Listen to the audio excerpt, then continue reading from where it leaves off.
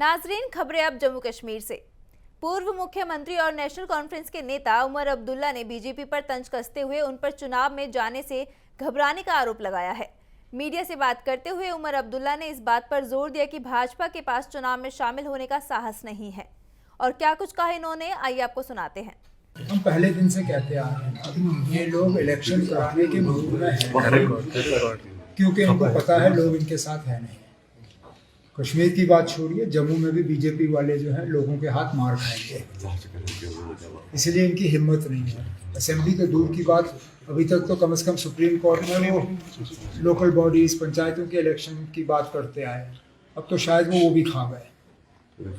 सिर्फ एक इलेक्शन पे अब यकीन किया जा सकता है, क्योंकि उसको टालने में शायद ही के लिए मुश्किल होगी, वो है पार्लियामेंट। लेकिन पार्लियामेंट के अलावा ये शायद कोई और इलेक्शन कराने के मूड में है नहीं, क्योंकि जानते हैं लोगों का जो मिजाज है, लोगों का जो मूड है, वो इन लोगों को वोट के ज़रिए सजा देंगे। अब मीटिंग बुलाई है, किसी के साथ बैठ के बात करेंगे, हालात जो हैं जम्मू कश्मीर के उनका जायज़ा लिया जाएगा, और अगर आगे के लिए कोई प्रोग्राम तय करना होगा तो वहाँ पे मिल बैठ के बात होगी। अच्छी बात है कि जम्मू में रखा गया, क्योंकि नहीं तो अक्सर बेशतर हमारे जम्मू के साथी शिकायत करते हैं कि सारी बातें कश्मीर में होती हैं तो उनको नज़रअंदाज किया जाता है। इसलिए जानबूझ के इस बार फारूक साहब ने मीटिंग जम्मू में बुलाई, ताकि जो वहाँ के लीडर हैं, चाहे बड़ी पार्टियों के हों या छोटी पार्टियों के, वो वहाँ पे आएँ। और जैसे मैंने कहा, जम्मू कश्मीर के जो हालात हैं उनका जायज़ा लिया जाएगा। हम सब चाहते हैं कि जम्मू कश्मीर टेरर फ्री हो। जिस दफ्तर में आप खड़े हैं, सिक्योरिटी फोर्सेस के बाद सबसे ज़्यादा अगर कुर्बानी किसी ऑर्गेनाइजेशन ने दी है, वो जम्मू कश्मीर नेशनल कॉन्फ्रेंस है। हज़ारों की तादाद में हमारे वर्कर, चाहे वो छोटे से छोटा अदना कारकुन हो हमारा, या हमारे मिनिस्टर, इन 30-35 साल में मिलिटेंटों के हाथों मारे गए हैं। हम में से कोई ऐसा नहीं है जो आपसे कहेगा कि डीजी साहब जो है गलत बयान कर रहे हैं। कहते हैं ना, करिए जम्मू कश्मीर को टेरर फ्री, इसमें जितना हम अपना रोल एक अदा कर सकेंगे हम भी करेंगे। हम भी चाहते हैं कि आप पूरी तरह से अमन हो, लेकिन बयानबाजी से कुछ नहीं होगा। हम कितने टेरर फ्री हैं वो कोकरनाग से पता चला।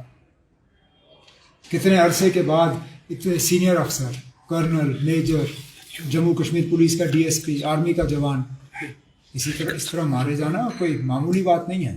तो ठीक है, मकसद आपका टेरर फ्री है, ग्राउंड पे वो साबित हो जाए, बड़ी अच्छी बात है। टेरर फ्री करिए, उसके बाद अफस्पा हटाइए।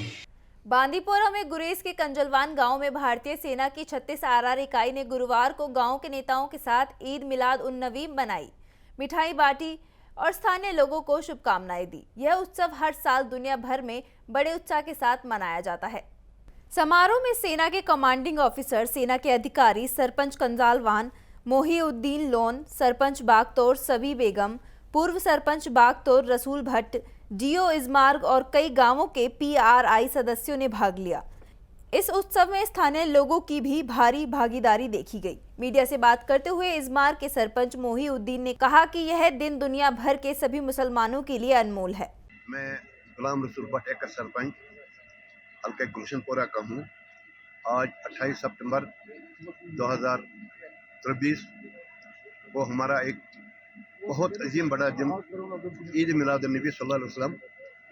तो जो आर्मी हमारी है यहाँ पे, हमारी बटालियन, तो इन्होंने आज हमें यहाँ पे बुलाया और हम बहुत खुश हुए कि आर्मी ने, ये पहली बार है कि इस यूनिट ने हमें यहाँ पे बुलाया। ईद मिलाद नबी हमारे साथ ही शरीक हो गए इस बड़े दिन के। हम बहुत बहुत इसमें शुक्रगुजार है कि हम अपने फौजी भी हमारे साथ इसमें शामिल हो गए। और मैं ये कहना चाहता हूँ, जो कि हमारे पैगंबर आखिर ज़मान हज़रत मोहम्मद सल्लल्लाहु अलैहि वसल्लम ने रास्ता हमको दिखाया है, जो बताया है, उसी के नक्श कदम पर हमें चलना चाहिए, अमन के साथ और चैन के साथ। हम दुआ करते हैं अल्लाह ताला से कि ये दिन हमारी शादमानी के लिए, चाहे फौज हो चाहे हम सब के लिए हो। सरपंच कमजलवान, आज 28 सितंबर 2023 को यहाँ पर प्रोग्राम होगा हमारा बड़ा दिन का, ईद उल मिलाद उन नबी, जो आर्मी ने यहाँ पर फंक्शन कर दिया, लोगों को बुलाया। हम आर्मी का दिल की गहराई से मुबारकबाद देते हैं, क्योंकि उन्होंने आज इस दिन में हमारे साथ शमूलियत की और हम लोग को बुलाया और आपस में भाईचारे की तरह रहा। और यहाँ पर फंक्शन जो हुआ बहुत अच्छा हुआ और आर्मी को मैं दिल की गहराई से मुबारकबाद देता हूँ।